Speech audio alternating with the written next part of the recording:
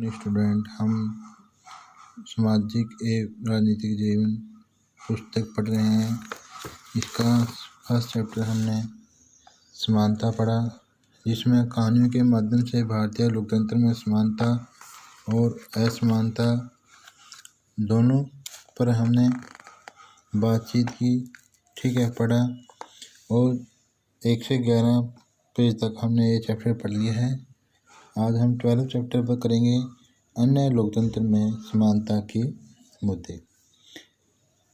जैसे कि आपने पीछे पढ़ा, आप सोच रहे होंगे कि भारतीय लोकतंत्र ही ऐसा लोकतंत्र है जहां असमानता का अस्तित्व अब भी है और जहां समानता के लिए संघर्ष जारी है। सच तो यह है कि संसार के अधिकांश लोकतंत्रीय देशों में समानता के मुद्दे पर विशेष रूप से संघर्ष हो रहा है।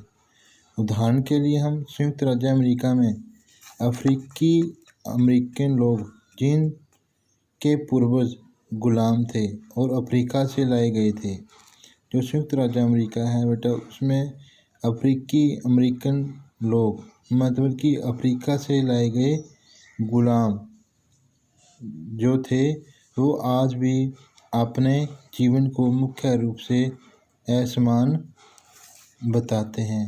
जबकि 1950 के अंतिम दशक में अफ्रीकी अमेरिकनों को समान अधिकार दिलाने के लिए आंदोलन हुआ था। इससे पहले अफ्रीकी अमेरिकन के साथ संयुक्त राज्य में बहुत असमानता का व्यवहार होता था और कानून भी उन्हें समान नहीं मानता था। उदाहरण के लिए, बस से यात्रा करते समय उन्हें बस में पीछे बैठना पड़ता था, या जब भी कोई गोरा आदमी बैठना चाहे उन्हें अपनी सीट से उठ जाना पड़ता था। हम इसका भी हम एक प्रयोग कहानी पढ़ेंगे। किसकी? रोजा पार्क्स। ये एक अफ्रीकी अमेरिकन महिला थी। 1 दिसंबर 1955 को दिन भर काम करके थक जाने के बाद बस में उन्होंने अपनी सीट एक गोरे व्यक्ति को देने से मना कर दिया।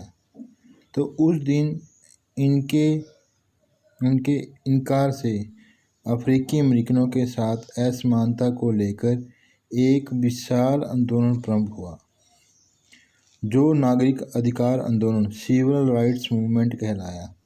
ठीक है, जो आंदोलन क्या है? नागरिक अधिकार आंदोलन या सिविल राइट्स मूवमेंट कहलाया। 1964 के नागरिक अधिकार अधिनियम ने नस्ल, धर्म और राष्ट्रीय मूल के आधार पर भेदभाव को क्या कर दिया? निषेध कर दिया, मतलब कि उसको रोक दिया।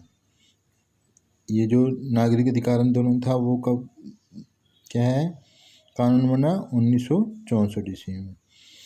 इसने यह भी कहा कि अफ्रीकी अमेरिकन बच्चों के लिए सब स्कूलों के दरवाजे खुल जाएंगे और उन्हें अन्य स्कूलों में नहीं जाना पड़ेगा, जो विशेष रूप से केवल उन्हीं के लिए खोले गए थे। इतना होने के बावजूद भी अधिकांश अफ्रीकी अमेरिकन गरीब हैं। अधिकतर अफ्रीकी अमेरिकन बच्चे केवल ऐसे सरकारी स्कूलों में प्रवेश लेने की ही सामर्थ्य रखते हैं जहां कम सुविधाएं हैं और कम योग्यता वाले शिक्षक हैं, जबकि गोरे विद्यार्थी निजी स्कूलों में जाते हैं या उन क्षेत्रों में रहते हैं जहां के सरकारी स्कूलों का स्तर निजी स्कूलों जैसा ही ऊंचा है। ठीक है बेटा, आज हमने पढ़ा है अन्य लोकतंत्रों में समानता के मुद्दे। जिस प्रकार भारत देश में समानता के प्रति क्या संघर्ष जारी है, उसी प्रकार अन्य लोकतांत्रिक देशों में भी क्या है? ये संघर्ष पाया जाता है, अस्तित्व में है। ठीक है, इसमें हमने रोजा पार्क्स की कहानी को पढ़ा था। अब ये भारत के संविधान के अनुच्छेद एक्ट 15 के अंश है। ठीक है, धर्म, मूल वंश, जाति, लिंग, जन्मस्थान के आधार पर विभेद का प्रतिषेध। ठीक है, राज्य किसी भी नागरिक के विरुद्ध केवल धर्म, मूल वंश, जाति, लिंग, जन्मस्थान या इनमें से किसी के आधार पर कोई विभेद नहीं करेगा।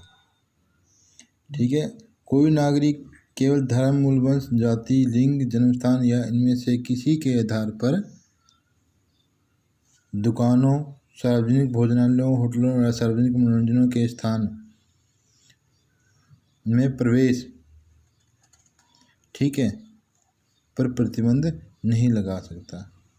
पूर्णतः यह भागता राजनीति से पोषित या साधारण जनता के प्रयोग के लिए समर्पित कुओं, तालाबों, स्नान घाटों, सड़कों और सार्वजनिक समागमों के स्थान के उपयोग, ये सभी के लिए क्या हैं, खुले हैं। ठीक है। के संबंध में किसी भी नियोक्ता दायित्व, निवेदन या शर्त के अधीन नहीं होगा। ठीक है। ये आपका चैप्टर समाप्त।